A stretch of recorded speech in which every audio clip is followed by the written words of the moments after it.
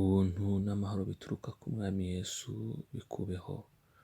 Uyu ni wa mwanya w'ijambo ry'Imana mutegurirwa na Ministry of Unlimited Holy Ghost. Tujye dusenge.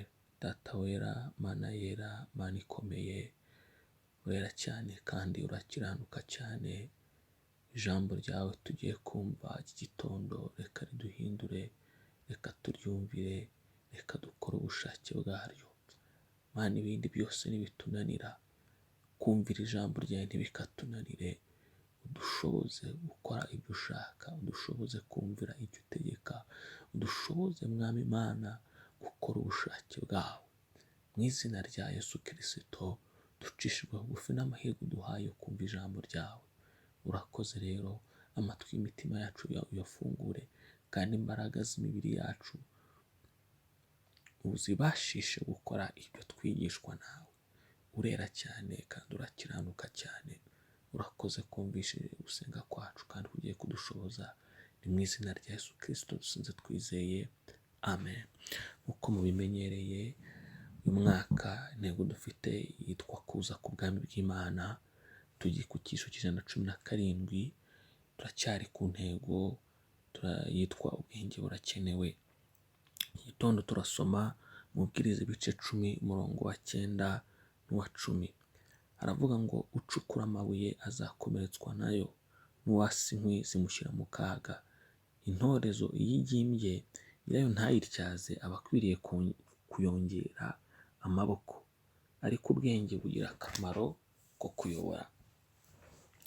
Intego y'uyu munsi ivuga ngo ubwenge bugira akamaro ko kuyobora. Nk'uko twayibonye ejo hashize, inyungu ni isezerano ry'ahazaza ribonwa n'abantu bafata ibyemezo ndetse bakanihangana kugira icyo bakora no gutegereza iryo sezerano. Hariho abantu bagaragara nk'abazi ibintu byose, ndetse ku buryo tunibwira ko barusha abandi ubwenge. Ukuri kw'ibintu ni uko nta muntu uzi ejo hazaza uko hazamera. Yewe nta n'uzi uko ibye mu gitondo bizinduka bimeze. Abayobozi bose b'ibitangaza ujya ubona, nabo ibigucanga birabacanga. Ibyo udasobanukiwe nabyo nabo ntibabisobanukiwe. Ntabwo bazi uko ejo bizamera. Nta kintu bazi kijyanye n'ahazaza wowe utazi, nabo ntabyo bazi. Ariko hariho ikintu kimwe bazi neza, nuko kugira icyo ukora biruta kwicara utarimo kugira icyo ukora. Ukora bikanga agira icyo amenya, ariko utagira icyo akora nta na kimwe yamenya. Mu yandi magambo ni uko biravuga ngo bazi neza yuko kugira icyo ukora, kugerageza ikintu, biruta kwicara burundu ntugire ikintu ukora. Kuko iyo ugeze ikintu ukora ukagereza kugikora, niyo cyakunanira, burya uba ugize icyo bita experience. Uba ugize, hari ubwenge wunguka mu kugeza gukora ikintu nubwo cyakunanira. Mu kugeza gucuruza bikakunanira, hari icyo umenya biruta uwicaye ntagire ikintu akora muri ako kanya. Imana ishimwe. Mu byo ugerageza gukora, niyo byanze burya wunguka ubwenge. Ntabwo bijya bimera nk'umuntu utagize ikintu akora. Hejuru batubwiye rero ngo ucukura amabuye azakomeretswa nayo, n'uwasa inkwi nawe zimushyira mu kaga. Itondere ibyo usoma aha ngaha. Nta murimo n'umwe ubaho umuntu yakora utashyira akaga ubuzima bwe. Mu buzima ibyo dukora byose bishyira mu kaga ubuzima bwacu. Ariko umuntu uhanga amaso ibyago ashobora kubona mu kazi ke, ntiyite ku nyungu azakura mu kazi, ntabwo yazigera agira icyo akora. Burya icyo dukora cyose gishyira ubuzima bwacu mu kaga. Muri make tubijyanye tubifashe gutya, uvuze ngo ugiye gukora ushyira ubuzima bwawe mu kaga. Uvuze ngo ugiye kwicara nabwo ushyira ubuzima bwawe mu kaga. Muri make nta buzima, haleluya, nta buzima bubaho budafite akaga, nta buzima bubaho budafite ibibazo. Ariko nibura iyo ugize icyo ukora, hari uba ushyize ubuzima bwawe mu kaga, ariko niba ubushyize mu kaga gashobora kuzanira inyungu. Niba ubaka urugo uzishyira mu kaga ko gupfakara no kudivoza. Nushaka gushaka umugore, ibyo ni ibizwi. Nubwo umuringaragu nabwo uzishyira mu kaga ko kubaho wenyine, kugira ubusambanyi no kutagira umuryango witwa kubaho wenyine, ibyo nabyo ni akaga. Nushaka kwikorera uzishyira mu kaga ko guhomba, ako nako ni akandi kaga. Ariko nanone nukora abandi uzishyira mu kaga ko kwirukanwa igihe cyose bazashaka kukwirukana, kandi n'inyungu uzajyana nazo ntabwo zizaba zihagije, ntabwo zikwiriye. Gukererwa kuko udafite imodoka byagutera kuyigura, ariko nanone uzaba wishyize mu kaga ko kugira impanuka. Buri kintu cyose kigushyira mu kaga, buri kintu cyose ukora kigushyira mu kaga. Ikibazo ni ukuvuga ngo ahubwo ese watekereje neza hanyuma uhitamo inyungu cyangwa wahisemo ubwoba? None se tubaho gute mu isi yuzuyemo ibiduhiga byinshi gutya? Icyo dukora ni iki? Turirinda, dukora ibyo dushaka gukora, hanyuma tukirinda muri ibyo byose dufata ibyemezo bituma tugabanya ibyago dushobora kugira mu kazi. Umufundi utinya gukomeretswa n'ibuye ntiyazigera akora akazi k'ubufundi, ntibibaho. Ariko iyo yiteguye neza kandi agakora akazi ke neza yitonze, azakora amafaranga, kandi n'ubundi ntabwo azashyira akazi ke ubuzima bwe mu byago no mu kaga. Hejuru batubwiye ngo iyi ntorezo cyangwa ishoka igimbye, yewe ntayityaze aba akwiriye kwiyongera amaboko. Utinya gushyira ubuzima bwe mu kaga ameze nk'ukoresha intorezo igimbye. Azakomeza kureba akazi no gushaka akazi katamushyira mu bibazo, bizamugora kukabona, n'igihe azakabonera kazamuhemba amafaranga make. Icyo azashaka gukora cyose azajya ananirwa kugikora kubera kugira ubwoba. Ariko ijambo ryatubwiye haruguru ngo ubwenge bugira akamaro ko kuyobora. Aha niho tubonera igisubizo. Ntabwo dukwiriye kwirengagiza akaga tuzanirwa n'ibyo dukora. Ibyo ni ubuswa. Ahubwo icyo dukora twiyongera ubwenge, maze tugakora mu buryo imikorere yacu ikuraho ibyago twagira mu byo dukora. Ibyo bikatwongerera icyizere ko nta byago tuzahura nabyo. Ntabwo akaga kazavaho ukiri hano mu isi, ibyo ntubyirengagize.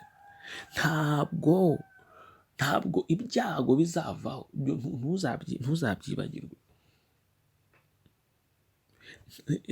Ahubwo icyo umuntu akora ni iki? Ngo tubivuze tujya tubisubiremo. Icyo ukora ni iki? Ni uko wiyungura ubwenge ukamera nk'intorezo ityaye. Ibyo bituma ukora neza kandi vuba, kandi ukirinda ibyago. Imana ishimwe cyane.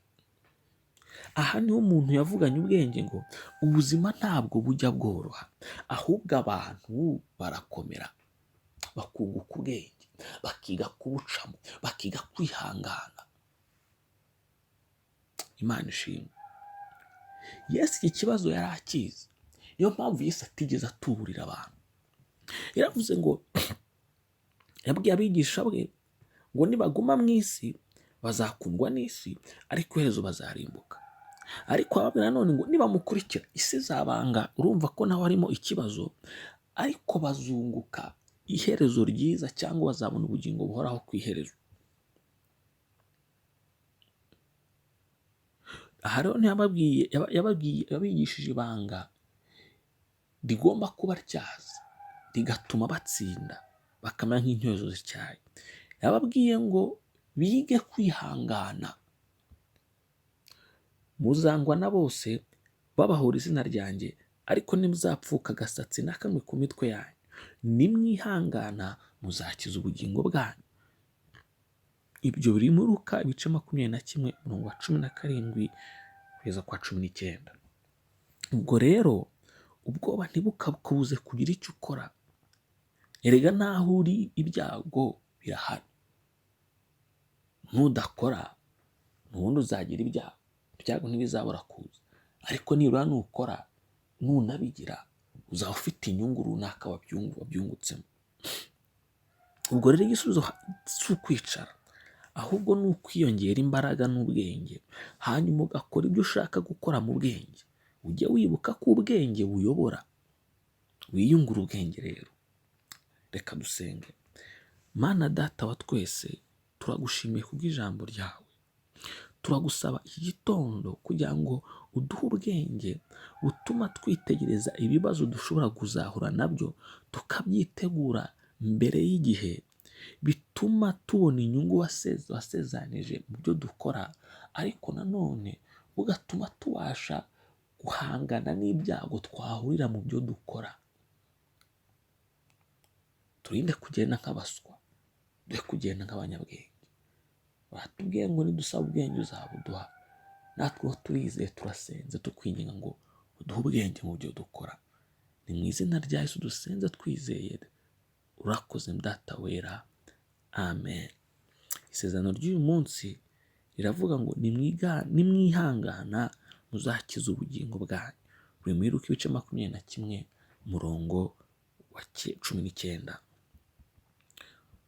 Ushobora kudusura ku rubuga rwa Facebook, n'urubuga no kuri WhatsApp, naho ibyisho byacu birahari. Facebook, muvanga ushatse kujya kuri Facebook ya page yacu, wandika facebook.com ugashyiraho akarongo gatambitse kandiko Ministry of Unlimited Holy Ghost.